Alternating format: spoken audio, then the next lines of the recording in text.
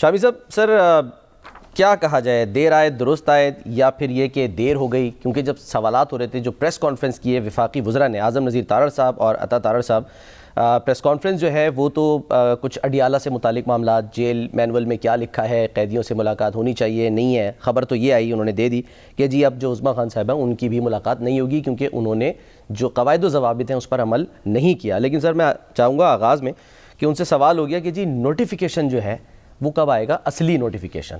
تو انہوں نے کہا بے فکر رہیں، اصلی نوٹیفیکیشن جو ہے وہ بھی آ جائے گا، اور یہ چائے کی پیالی میں طوفان لانے کے مترادف تھا، جو کہ چائے کی پیالی اب ٹھنڈی ہو گئی ہے۔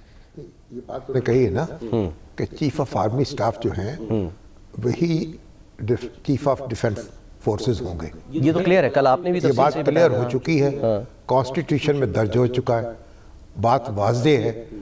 اب یعنی اس میں کیا اب ابہام تو نہیں ہے نا۔ آج ایک سوشل میڈیا پہ ایک سرکولیٹ کر رہا تھا نوٹیفیکیشن، ہمارے چیمبر کے سابق صدر ہیں لاہور چیمبر کے، ابو ذر شاد، بس وہ تو ہمیشہ گھبرائے رہتے ہیں، اور قلندر ہیں، تو انہوں نے بھجوایا مجھے کہ دیکھو بھئی یہ کیا ہے۔ تو وہ صدر آصف علی زرداری اور شہباز شریف صاحب کے دستخطوں سے ایک نوٹیفیکیشن تھا، باقاعدہ سارا کچھ مورے شورے لگی ہوئی ہے، وہ جہاں لکھا ہوا تھا کہ بھئی چیف آف آرمی سٹاف جو ہیں ان کو مقرر کر دیا گیا ہے، chief of defence forces field marshal Asim Munir کو، اور وہ ساری باقی سب باتیں۔ ایک اور عہدہ بھی اس میں کریٹ کر دیا گیا تھا، پرنسپل ایڈوائزر کا، پرنسپل ایڈوائزر کو مقرر ہوگا، مطلب یہ نہیں تھا، لیکن ان کے مشورے سے مقرر ہوگا۔ اب بظاہر تو وہ لگتا تھا کہ بھئی بالکل اصلی نوٹیفیکیشن ہے، چلیے جاری ہو گیا۔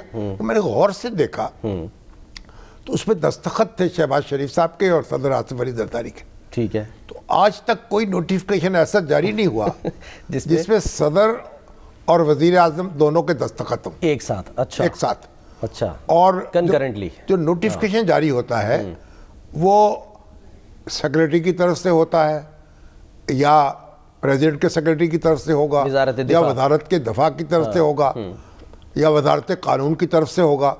یعنی صدر یا وزیر اعظم کے براہ راست دستخطوں سے کوئی نوٹیفیکیشن جاری نہیں ہوتا۔ ٹھیک ہے، جو اس کو تیار کرنے والا ہے فیک، اس کو یہ بات میرے خیال سے نظر انداز ہو گئی، کیونکہ اگر سیکریٹری کے دستخط ہوتے تو پھر اس کی وہ دھوم نہ مچتی۔ اب دونوں اب یک وقت ان کو دستخط کرنے کی کیا ضرورت ہے؟ اور پھر جو اپوائنٹنگ اتھارٹی ہے وہ تو صدر آصف علی زرداری کی ہے، پریزیڈنٹ کی، تو پریزیڈنٹ کے نام پر ہی نوٹیفیکیشن جاری ہوتا ہے، اور وزیر اعظم تو اس کو ایڈوائز کرتے ہیں، ان کی ایڈوائز جو ہے وہ صدر اس کا پابند ہے۔ ٹھیک ہے، مطلب وہ ایڈوائز جو ہے وہ ایک فرمان کی طرح ہوتی ہے، لیکن آداب کا تقاضا یہ ہے کہ اسے مشورہ کہا جائے تو مشورہ کہا جاتا ہے، اس کو ریجیکٹ نہیں کیا جا سکتا۔ نہیں، ریجیکٹ نہیں کیا جا سکتا، اگر وہ واپس بھیجے تو پھر غور کر کے وہ دوبارہ بھیج سکتے ہیں۔ ٹھیک ہے، تو وزیر اعظم کا جو اختیار ہے، تو مگر صدر کو جب کوئی ایڈوائز کریں گے تو صدر اس کو ماننے کے لیے پابند ہوں گے۔ ٹھیک ہے، صدر کے جو ثابتی اختیارات ہیں وہ بڑے کم ہیں دستور میں، لیکن کچھ موجود ہیں۔ تو بہرحال اب وہ پھر فوری طور پر ایک ہمارے چینل نے اس کو نشر بھی کر دیا۔ ہاں جی، جب نشر کیا اب مجھے کہ ہو، میں کہا اچھا یہ تو پھر اصلی ہو گئی، یہ کیسے ہوا؟